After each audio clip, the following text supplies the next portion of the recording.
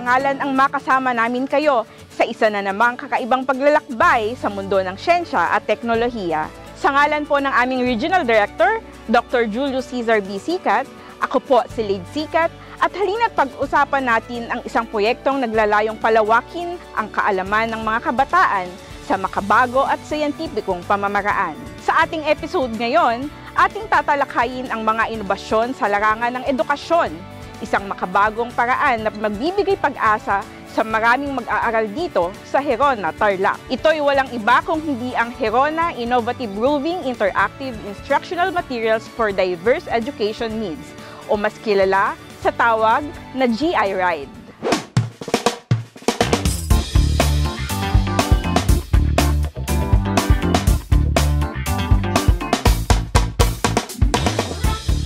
Tunay nga namang isang karangalan na ipagmalaki ang ganitong proyekto para sa ating mag-aaral, lalo na sa ating out-of-school youth. Ito ang pinakaunang mobile classroom na idinisenyo ng Tarlac State University Center for Solar and Emerging Technology sa Central Luzon, na binuo upang maglingkod sa mga mag-aaral sa ilalim ng Alternative Learning System o ALS, dito sa Herona, Tarlac.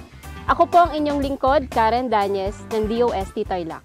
Upang bigyang linaw kung ano ang proyektong GI Ride, makakasama natin ang mga eksperto sa proyektong ito. Tutuklasin natin kung paano ito nakakatulong sa pagpapalawak ng kaalaman ng ating mga kabataan dito sa Herona. Halina at samahan ninyo kaming tuklasin ang ganda sa likod ng siyensya at teknolohiya dito sa programa kung saan parating may bagong aral. At ito ang Probinsyensya!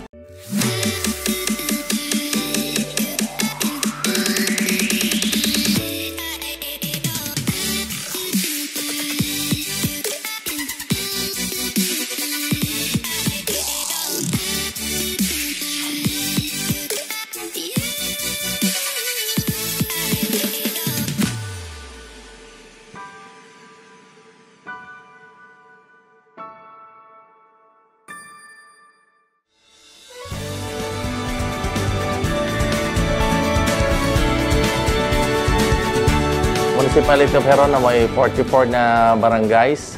Actually, yung latest census, alam ko 94,000 ang lahat ng mamamayan. Nasa 14,142 hectares yung area namin. Agricultural town. Although ngayon, maraming mga investors dito, kaya kami ay yung tinatawag na feed mill capital of Tarlac Province.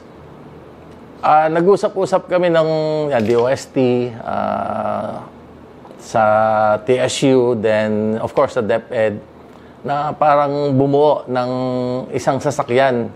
Naisip ko, marami kaming mga ambulansya na hindi na ginagamit. Bakit hindi yun ang gamitin kaysa maging, alam mo, napakalat-kalat na lang doon sa yarda namin, doon sa garahe. So, sabi ko, gamitin natin yung mga ambulansya. Actually, ang talagang layunin namin ay mailapit yung pag-aaral ng mga bata sa ALS, yung alternative, sa mga barangay dahil may mga far-flung barangay kami na kailangan dalhin namin doon yung edukasyon para sa mga medyo mahihirap na mga kabataan natin na hindi sila makapunta sa bayan para mag-aral. Kami na yung naglapit sa kanila ng edukasyon nila. O minsan half day nagtatrabaho sa bukid, ay wala naman tayong panghapon na klase. So by schedule na lang yung ginagawa. Kung magtatrabaho sa umaga, hapon yung GI Ride, or pag hapon ng trabaho, umaga yung GI Ride na pumupunta ron. First in Luzon ho yan.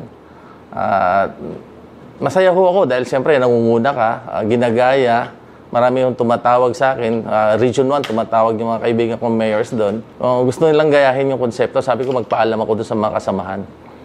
Siguro naman, wala namang problema doon. Dahil isa lang naman ho layunin natin, mailapit ng edukasyon sa mga walang kakayanan na pumunta sa bayan at sa schools. Maraming request ngayon kada barangay. So, ang gusto namin, masaturate namin lahat ng mga barangays at mga estudyante na nangangailangan.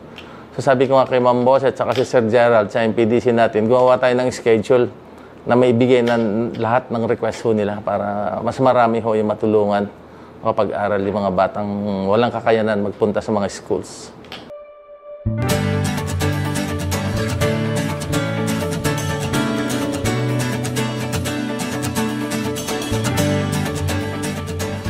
Ang Ang layunin ng GI Ride ay upang ma-eradicate ang illiteracy. At sa taong 2022, ang ating mga ALS teachers ay may naitalang 11% na ALS leavers. So ito rin ang pangalawang layunin upang magiging zero po ang ating ALS leavers.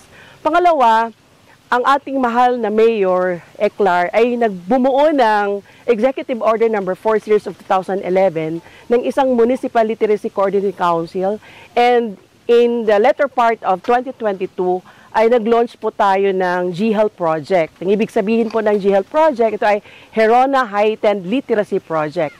At isa sa sub-project nito ay ang Project CAF, na ang Project CAF ay ang Computer Aided Facilitation. Pangatlo, ito rin po ay realization ng direction po ng ating Schools Division Superintendent Dr.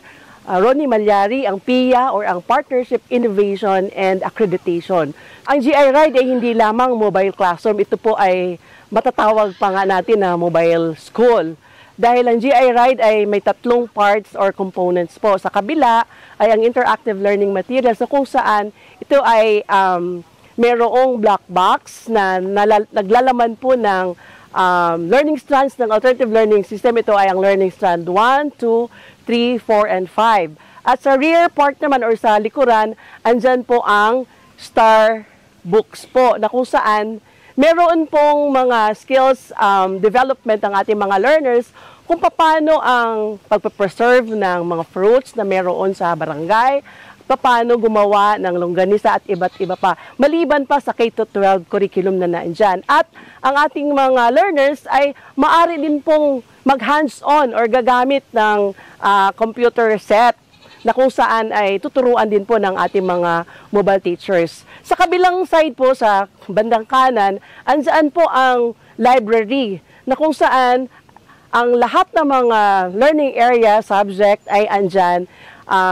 Yan po ay kinumpleto ng ating mga mobile teachers at hindi lamang po para sa regular learners, kundi andyan din po ang para sa learners for special needs. In fact, meron pong laman dyan na stylus at braille papers na para po sa ating mga visually impaired learners at iba pang mga materials na nandyan po.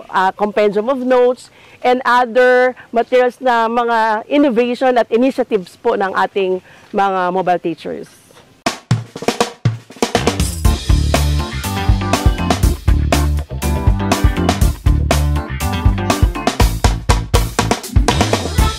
Sa ngayon po, meron po tayong humigit kumulang 300 na mag-aaral dito po sa bayan ng Herona na nakakagamit po ng ating GI Ride. Ang GI Ride po ay nakakatulong po sa pagpapalawak ng kaalaman ng ating mga mag-aaral dahil po dito sa GI Ride ay nakapaloob na po ang lahat ng mga kinakailangang matutunan ng ating mga kabataan sa bayan ng Herona upang makapagtapos po sila ng kanilang pag-aaral mula elementarya, sekundarya hanggang senior high school.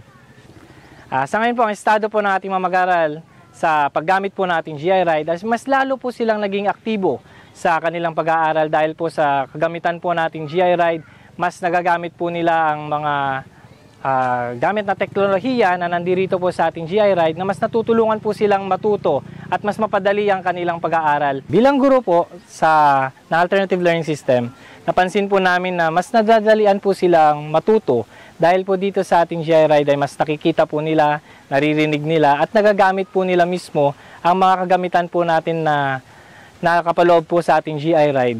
Gaya po halimbawa ang paggamit po ng kanilang mobile phones. Kasi po pwede po silang kumonekta sa ating black box na kung saan sa black box po natin nakapaloob po ang kanilang mga modules. So nang sa ganun po, paggamit po nila ng kanilang mga cellphone, nandun na po sila nag-aaral. After po nilang magkaroon ng lessons, nagkakaroon po sila dun ng quizzes. At mas madali po nating nakikita ang resulta kung natutunan po ba ng mag-aaral ang kanilang lessons na ating pinag-aralan sa araw-araw. Ang ating pong GI Ride na makagamitan po natin dito ay pinapatakbo gamit po ng ating solar panel na nasa itaas. So ang solar panel po natin na yan, siya po ang nagbibigay ng electricity sa mga kagamitan natin. Na kahit na wala pong kuryente gaya po ng lugar natin ngayon, ay nagagamit po natin ang GI Ride ng buong buo. Kahit po mawalan ng kuryente sa ibang mga lugar, tayo po ng mga nag-aaral sa mga barabarangay ay patuloy pong natututo gamit po ang ating GI Ride. Ang mga hakbang po na ginawa ng GI Ride para makamit po ang inclusivity ng edukasyon sa bayan ng Gerona ay unang-una po ginagamit po namin tong GI Ride para po umikot sa mga barabarangay po natin dito sa Gerona na nahihirapan po ang mga kabataan natin na maabot ang kanilang edukasyon. At sa mga paraan pong yun, kinakalap po natin ang mga mag-aaral sa bawat barangay nang sa ganun po ay maturuan po natin sila ng kahit di po sila pumupunta sa kanilang paaralan. Gaya nga po dito po sa barangay po ng Don Basilio, meron po tayo dito ang mag-aaral na nahinto po sa kanyang pag-aaral dahil po siya ay nalumpo before. So ngayon po dahil po siya ay nalumpo, dahil po sa tulong ng GI Ride na lumalapit po dito sa kanilang barangay, napagpapatuloy niya na po ang kanyang pangarap. At ngayon po ay nabigyan siya ng bagong pag-asa para makapagtapos ng kanyang pag-aaral.